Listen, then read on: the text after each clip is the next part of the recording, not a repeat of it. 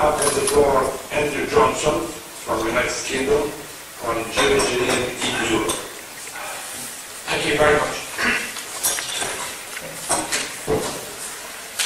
In previous presentations, the question has been asked, are governments able to engage in things like geoengineering projects when they know that their citizens will be seriously affected?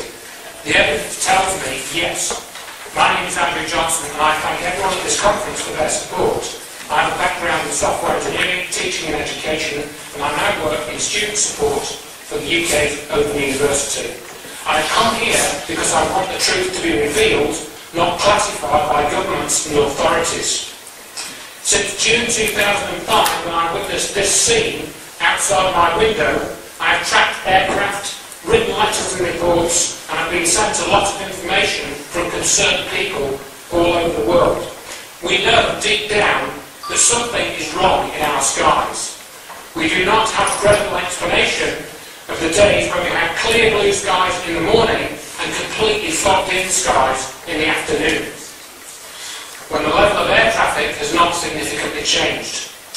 People who contact me about aircraft trails seem to share my scepticism of official explanations, especially on days when trails completely fog their skies. We have become aware of past occasions when an aerial spraying programme was undertaken without our knowledge or consent. As described in an article in the UK Guardian newspaper in April 2002, a 1999 report by the Academy of Medical Sciences, but with no named authors, entitled Zinc Cadmium Sulfide Dispersion Trials, revealed that from 1953 to 1964, the unsuspecting population was sprayed covertly with a poisonous compound at least 76 times. However, the report concluded no public health danger arose.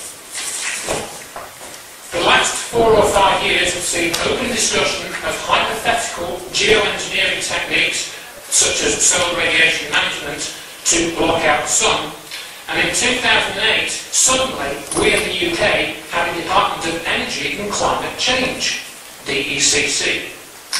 They were quick to get geoengineering into their vocabulary. Their short report, published in April 2009, entitled Geoengineering Options for Mitigating Climate Change, mentions nothing about aircraft trails, though it mentioned the potential use of stratospheric and tropospheric aerosols in solar radiation management. Commenting on his study of geoengineering, published in autumn 2009, Royal Society member Professor John Shepherd said, "Not that the geoengineering technology so far suggested is a magic bullet. All have risks and uncertainties associated with them." A proposal by Dr. David Keith, discussed in Michael Murphy's films, involves the atmospheric distribution of aerosol compounds such as sulfur or microdiscs of aluminium oxide and barium titanate. Keith was quite conspicuous at the Royal Society's public consultation meeting I attended in November 2010. Entitled Geoengineering, Taking Control of Our Planet's Climate, the idea of this meeting fitted with a statement on page 3 of the UK government's 2010 document, The Regulation of Geoengineering, which read thus: "The UK and other governments need to push geoengineering up the international agenda and get processes moving."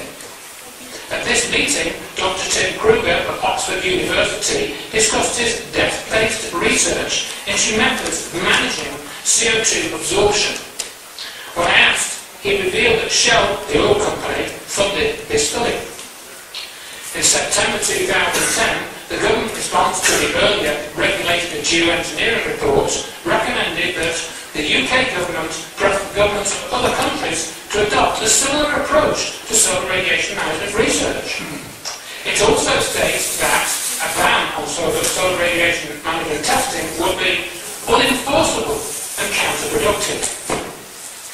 Announced in September 2011, the now stalled SPICE project, led by a consortium of UK universities and Marshall Aerospace, proposed introducing reflective aerosol particles into the atmosphere. But in February 2012, Matt Anderson, a former aerospace and defence advisor, said in a letter to the UK Guardian newspaper that the civil sector fully understand that geoengineering is primarily a military science and has nothing to do with either cooling a planet or lowering carbon emissions. I agree, as I have now come to the inescapable conclusion that secret geoengineering has been going on for at least 11 years.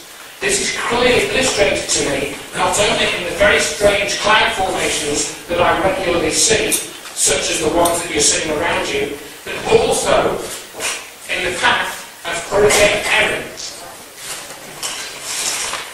In the days surrounding the events which led to the destruction of the World Trade Center towers on 9/11, as documented in the meticulous detail by my friend Dr. Judy Wood in her book, Where Did the Towers Go? And I cannot help feeling that President Dwight Eisenhower warned us about what he saw in his own time 50 years ago. In the councils of governments, we must guard against the acquisition of unwarranted influence, whether sought or unsought, by the military-industrial complex.